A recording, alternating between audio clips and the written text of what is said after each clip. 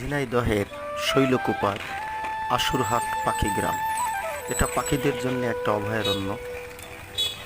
গ্রামটি যেন আবহমান বাংলার শাশ্বত চিরায়ত রূপ।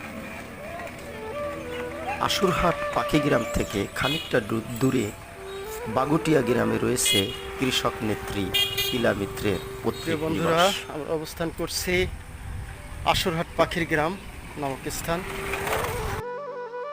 ইলা মিত্রের পৈতৃক নিবাস দেখতে যেয়ে আশুরহাট পাখি গ্রাম এবং বন্যপ্রাণী অভয়ারণ্য দেখার সুযোগ হলো আর কি।